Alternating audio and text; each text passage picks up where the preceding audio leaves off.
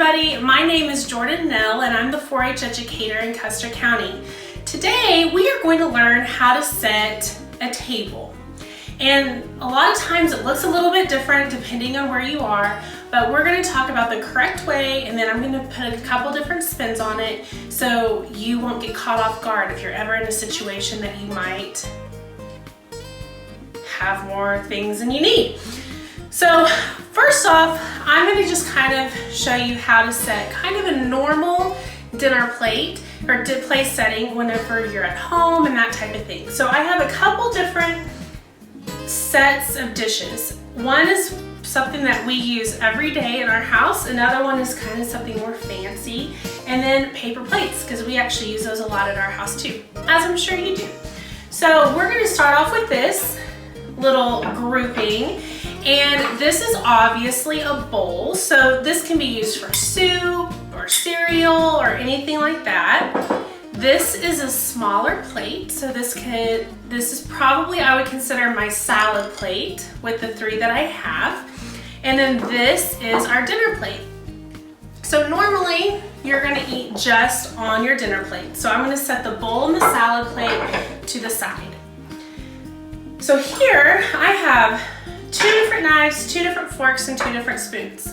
But because we're doing kind of the standard setting, I'm gonna just pull what I need from that set. So obviously we have a knife, we have a fork, and we have a spoon. So now, determining where they go on your plate is the next step. So your plate will always be in the middle of your seat, and whenever it comes to these 3 utensils, there's a couple tricks that I like to tell my kids. And one of them is the fork has 4 tines, right? So these things that stick up are called tines. So there's 4, right? 1, 2, 3, 4. The other word that you have that has 4 letters in it is left, L-E-F-T. So your fork will always go on the left side of your plate. Next, we have the knife and the spoon. The knife and the spoon will always stay together. So the knife goes next to your plate, and you want to make sure that the blade or the sharp point part of it goes towards your plate. And then your spoon is just going to accompany the knife right next to it. So this is kind of your standard for your dinner plate and your silverware. But now, what about your drink? Where does your drink go? So, like I said, I have a couple different options, but we're just gonna use a tall drinking glass for this one since this is kind of a normal, everyday place setting. So, your drink will always go to the top of your knife.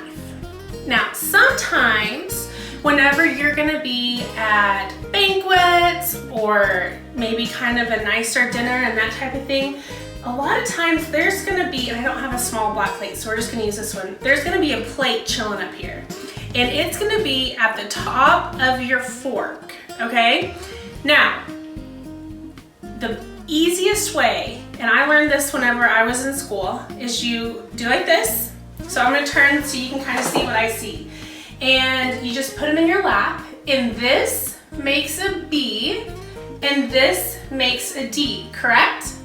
Awesome. So you're just gonna set those in your lap, and so you will always know if it's your cup or if it's your neighbor's cup or whatever. A B stands for bread, so this would be your bread plate, and a D stands for drink. So this is gonna be your drink. So that's kind of an easy way to determine what is what. So this is kind of your standard setting. When I was growing up, this was my job, to set the table, and I had to set it correctly. And so it's really important that we know how to set a table. That way, if everybody has a standard way, we all know which one is our fork, which one's on our knives or our spoons, because sometimes the place settings can be kind of cramped. So we want to make sure that we get what we need. So as I said, this is kind of our standard. So if this was our standard, let's say we are having a salad. So a lot of times your salad plate will be sitting in your dinner plate. Sometimes your salad's already prepared for you and the salad will be on the plate as well. So with that said, if I have 2 plates, a lot of times there comes another fork into play. And this one is gonna be shorter than the other. So do you guys see how this fork is shorter than this fork? So this, like we said, the longer fork, like we said earlier, is our dinner fork. So it's gonna be closest to the plate because it's gonna be the last one that we use, okay? Your short one is actually gonna be your salad fork, and it's just gonna hang out right next to our dinner fork. So you always wanna work on whenever you're with silverware, if you have more than 1 spoon, more than 1 knife, more than 1 fork, we always work from the outside in, okay? So since this is my salad fork, I would use it to eat my salad. And then when I'm done, just set it in your plate. And if you're not at home or not at your friends and you're at a banquet, a lot of times they'll come and clear it. Otherwise, you need to make sure that you help your mom and dad out and take your dishes to this kitchen. Okay, so we kind of talked about that. So, but what if I have a bowl sitting here as well? That means that we might be having soup. So sometimes at our house, whenever we have soup, a lot of times we have bread or cornbread or something that goes along with it. So your place setting might look like this with a bowl and a plate underneath it. So since we're not having a salad, my salad fork would go away. However, we're gonna bring in a special spoon and it's going to set right there. So a lot of times people start out, if your soup is an appetizer, it'll be on the outside. If it's a main dish, then this spoon, the smaller spoon, will go away. So do you see how the spoons are a little bit different? This is the soup spoon. This is your dinner spoon. Most everybody just uses these at their house. So, but since I'm using soup, I'm gonna have the soup spoon set right there. So, like I was saying, we wanna work from the outside in, so we wanna just use our spoon. Now, the tricky thing whenever you're using your spoon for soup, you don't want to ever pick up your bowl and eat it like that, right? So we want to make sure that we just leave our bowl on the plate and we use our spoon and we want to scoop away from us because we don't want to scoop towards us because what's going to happen if we're eating, we might spill it on ourselves. So we always want to make sure that we scoop away. Okay, so I kind of talked about a couple different things. I'm going to put this set away and I'm going to kind of get out a little bit fancier place setting. So some of you, your moms or your grandmas might have a china set. I happened to get one whenever we got married, so I'm going to use it to demonstrate for you guys. So like we said, this is your bread plate, so it's going to go up here. However, you might also use this as a saucer. So if you're at a place setting, your saucer cup, because remember your drinks are over here, your saucer cup's gonna be right here. If you don't want coffee or tea or anything like that, the easiest way to tell your servers that you don't want any is just turn it upside down and leave your cup upside down. So this is your bowl. So remember, this is for soup. So if we use it, we're gonna spoon away from us. This is our salad plate, and this is our dinner plate. And even though the dishware looks a little bit more fancy, do you know what? You still use the same silverware. The fork will always go to the left, and then your knife with your blade in, and then your spoon. So that's the standard way. If we're having a salad, you'll have a salad fork. If we're having soup, you'll have a soup spoon, but I have an extra knife. This is your steak knife, okay? So this is a butter knife, and that's a steak knife. So do you see how right here, the steak knife is a little bit more pointy, and this one's a little bit more blunt? Well, that's because this is your butter knife, or your dinner knife, and this is your steak knife. As always, if you're gonna have two knives, they go side by side, but we're gonna make sure that the blades are turned in. Okay, so dinner plate, our salad plate, our soup bowl, we have our silverware. Now, this is called a goblet. A goblet has a little bit of a stem, and a lot of times you'll have one with tea and one with water. But if you're at home, you're probably just gonna have one. It's just probably gonna have tea or water or whatever you're drinking that night.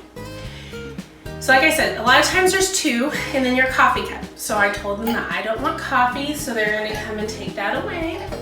And remember, we have an imaginary bread plate right here because I forgot to get another dish out. So that's kind of your more formal setting. Now, I also said we like to use a lot of paper goods at our house. Sometimes, especially during the summer when we're really busy. So, I have a nifty little orange plate and a fun little decorative plate, and then I have some orange and black cups. Same thing, you're probably just gonna use this.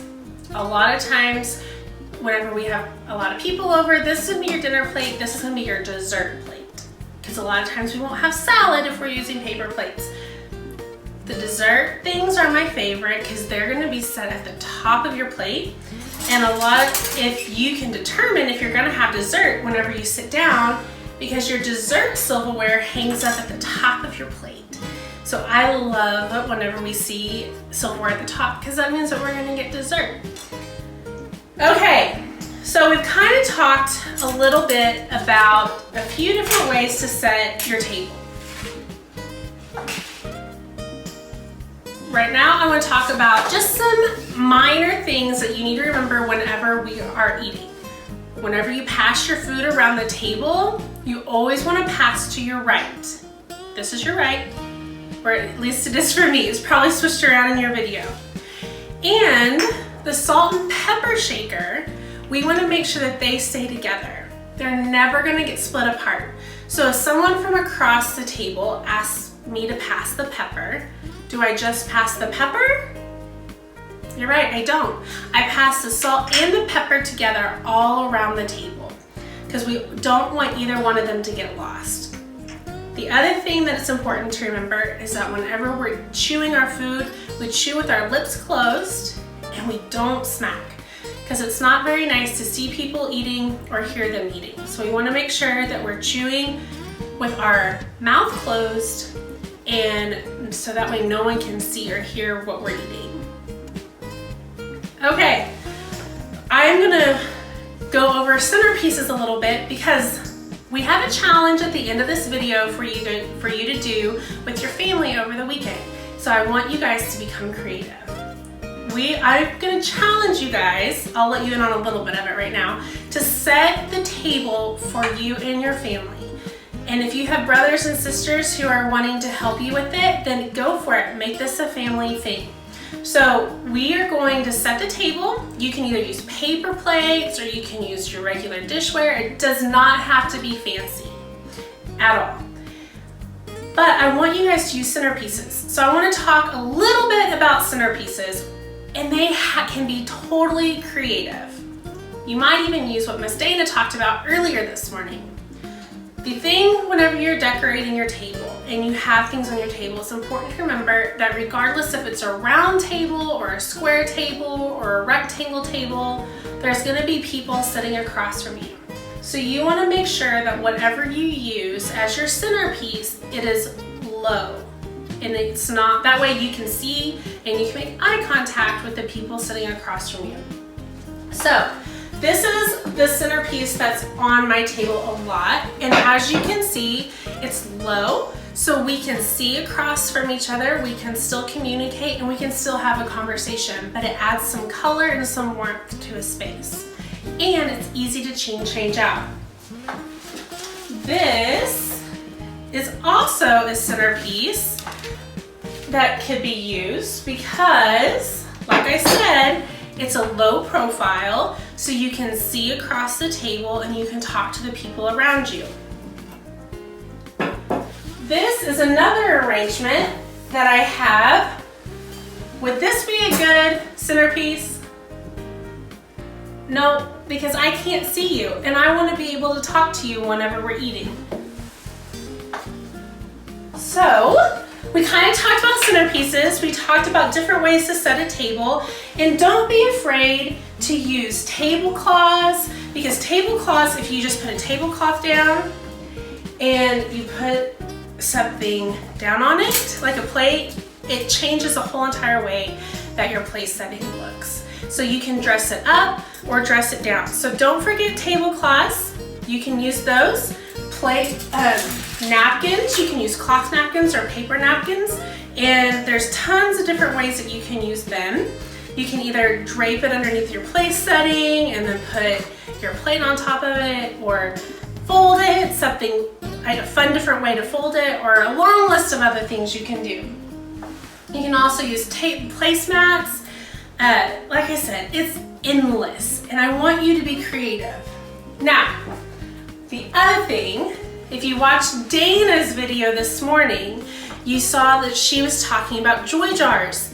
And what a great time to get your joy jar out after you've made it and pass it around the dinner table and talk about the joyful things and the encouraging things that you put inside your jar. And this would be a great centerpiece as well. You can just, my jar is green with green polka dots, but you could just take it and you could just scatter the joyful things down the table, and then it can be things that you guys can talk about throughout the evening. Different things that you appreciate about your siblings or your mom and dad. And I just encourage you guys to get creative with it and have fun. So here's what you need to do for your challenge. You have until Sunday at 3 o'clock to post a picture of you and your family sat down at a table that you and your siblings or just you came up with, how to set it, the centerpiece, make it fun. Don't go and get other things because there's no reason to. All these things that I used, I shopped around my house for, and I want you to be creative and I want you guys to post a picture. I need to know what county you're from and what your name is, and then I'll be sure to send you some 4-H fun prizes. So have fun, good luck, and I'm really excited to see how creative you guys can be with things found around your house. Talk to you later. Bye.